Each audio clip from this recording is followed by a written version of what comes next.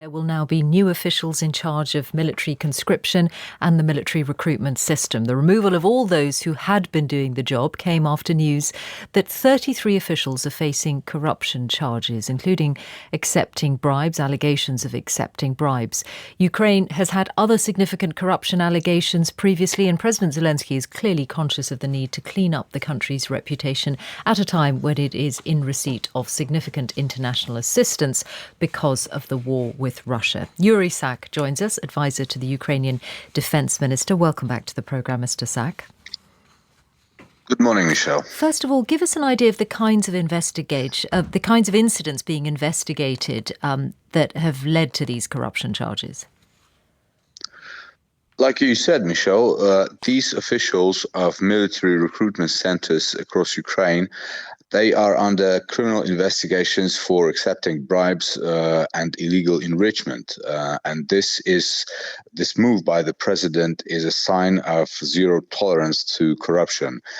Mind you, fighting corruption has begun in Ukraine long before the large-scale invasion by Russia. And this is exactly why in 2014 there was a revolution of dignity.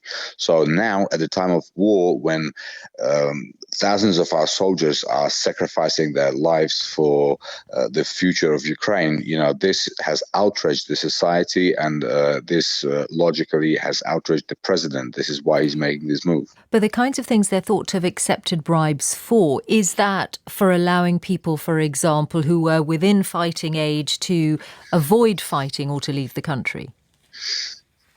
That's one of the categories of these accusations. There was also other types of misconduct and criminal illegal enrichment. But yes, indeed, this is one of the issues that is a problem. Why does President Zelensky think that replacing them with people who've served on the front line solves the problem of corruption?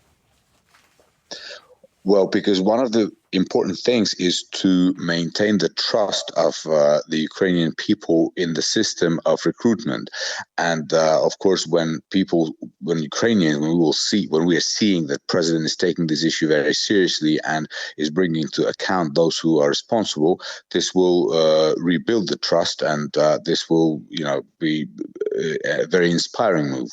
But people who've served on the front line aren't immune, are they, from being tempted to be corrupt? That change is not a system of checks and balances. It's just a change of personnel. Well, first of all, people who have served on the front lines, they have seen with their own eyes the cost of freedom, the cost of this war. So this is, in a way, a vaccination from corruption.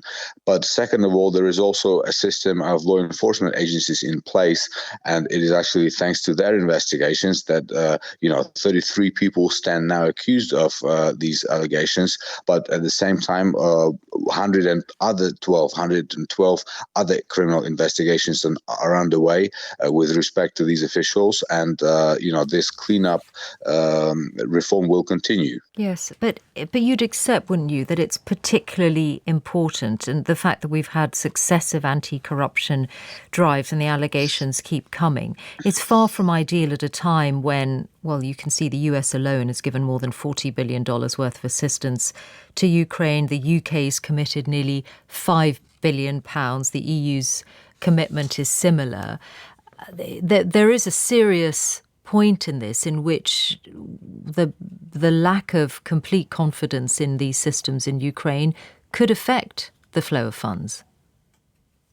This is exactly why such decisions are taken, and bad apples in the system are identified and measures are taken to ensure that we eradicate corruption, because we understand that, we are aspiring to be a member of the European Union. We're aspiring to be a member of NATO. We receive a lot of military support and financial support from our partners, for which we are grateful. So this is unacceptable. This is unacceptable on so many levels. And, this will come to an end thanks to the decisions like the one that was taken by the president. It does seem to touch many different types of officials, doesn't it? Including there have been allegations against judges.